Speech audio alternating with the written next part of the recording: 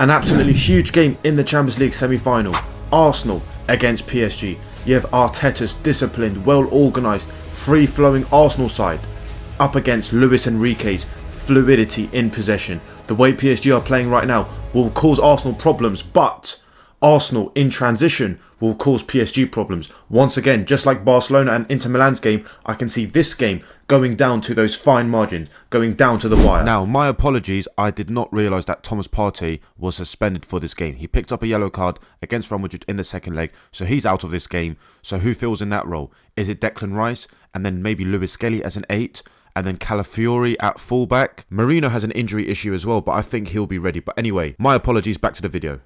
So, in possession, when PSG have the ball, Marquinhos, Pacho and Nuno Mendes will create that back three. Hakimi will push up or drift inside. Barcola will provide the width here. And with PSG's system, they have an anchor.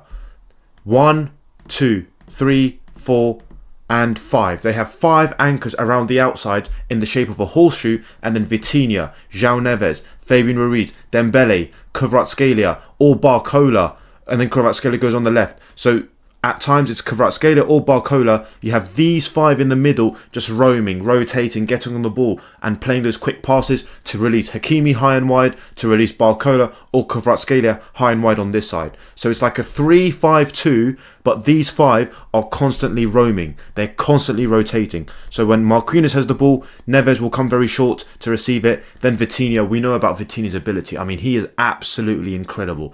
On the ball, little touches, Fabian Ruiz, 1-2s, and then let's say it goes out to Mendes, and Mendes plays back to Pacho. We've seen this rotation where Mendes pushes up into this pocket, and Vitinha drops in here to dictate. And notice how it's still 3 players as those anchors, and then these 5 rotating. We've seen Fabian Ruiz drift out wide to create wide overloads, and then they will combine here, and then they'll switch the play out to the other side because the opposition would have shuffled across. So Arsenal have to be ready for that constant rotation, for that constant level of fluidity, where Marquinhos will try and find Kvaratskhelia in the pocket, or on this side, Vitinha will try and find Nuno Mendes in the pocket, or Dembele in the pocket, or at times Barcola will drift in and Fabian Ruiz will go up, or Fabian Ruiz will drift in and Barcola will drop in. So if Saka stays here, Barcola gets the ball and then they can just build.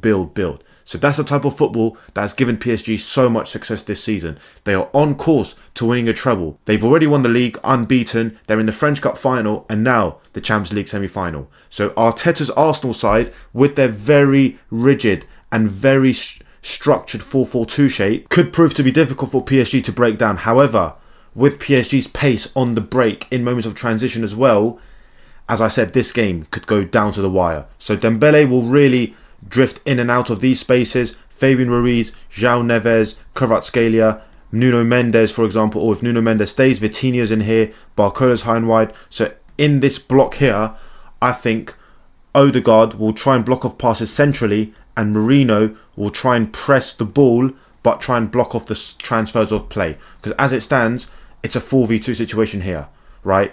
So it's important that Odegaard is a little bit more conservative to let PSG have the ball around the back, but then he's locking off passes into Vitinha easily. If Vitinha wants to come here to collect the ball, that's fine. But then if Nuno Mendes wants to go into this pocket, it's about Odegaard going to the ball and Marino shuffling across to let them go backwards to Donnarumma to then be able to transfer. So the only way PSG can transfer the ball is by going all the way backwards, which is a trigger for Arsenal to push up Marino, Odegaard, Saka, Partey, Rice, Martinelli, Skelly, Kiwior, Saliba, Timber. They'd all push up, which means PSG have to drop in and then they can start a slightly more aggressive press. So if Marquinhos receives the ball here, Marino can go to the ball. Odegaard is now back central. Vitinha might drop in here, that's fine. But the whole point is, let's force them here, where we have Martinelli, we have Declan Rice, we have Partey, we have Saka as well.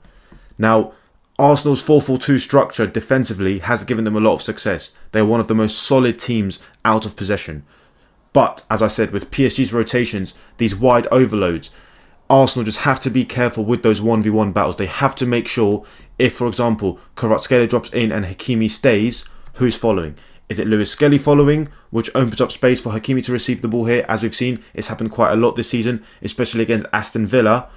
Or will Kiwior really step? Saliba will shuffle across, Timber will shuffle across to create a back three. right? What are they going to do? Is Rice going to drop in and have to play left back at times when Lewis Skelly pushes up? So these are the questions that Mikel Arteta has to have the answers for in these specific moments where, for example, Neves will drift towards the ball. And if Odegaard follows very close, then Fabian Ruiz is spare. Dembele will drop in here to receive the ball. And it could be a little ball over the top, receiving the ball in between the lines. Dembele, in that false nine role right now, is creating so many problems. So these are the questions that Mikel Arteta has to have the answers to. I repeat, he has to know who's going to do what in those moments that PSG are trying to play their free-flowing football. And now, when Arsenal have the ball in possession, we've seen Lewis Skelly with his ability to drift inside and play next to Partey, which allows Declan Rice to peel out in these areas to receive the ball. Martinelli and Saka will be very high and wide, allowing Odegaard to have the pockets, with Merino at times dropping in or staying high to pin Patro. Now, PSG out of possession like to stay in their 3-2-4-1 structure. So their back three will go man for man, Marquinhos against Martinelli, Mendes against Saka, Pacho against Merino. Vitinha, Neves will stay on Rice and Odegaard. Fabian Ruiz, Kvaratskhelia will go onto Lewis Skelly and Partey. Hakimi won't go too high, but he'll be in and around here, as well as Barcola. So that's PSG's out of possession structure. 3-2-4-1. So with Arsenal adopting that back three system, they should be able to build comfortably in their 1-2-3-4-5 against 3. A 5v3 situation here. Now, if Hakimi wants to step and aggressively press Kiwior, then Saliba, as he plays the pass out to Kiwior and Hakimi's there, Lewis Skelly could move out. If Kvaratskhelia moves out, then you have Declan Rice to receive the ball here. Or Merino drops in to receive. So as long as Arsenal play their style of football that we've seen, that has given them so much success in possession, I think Arsenal will have a lot of control when they have the ball. It won't be frantic. It won't be back and forth. I think when they have the ball, they'll settle and they'll play their game. So Dembele will try and block off the pass to Saliba if Partey can receive the ball. Or if not, Partey will move out and then Timber can receive the ball. We know Timber's very comfortable inside as well. And then their whole aim would be to find Odegaard in between the lines. So if, let's say, the ball goes all the way back to Raya, Saliba will drop off, Timber will go here, Kiwi will go here to create a back four.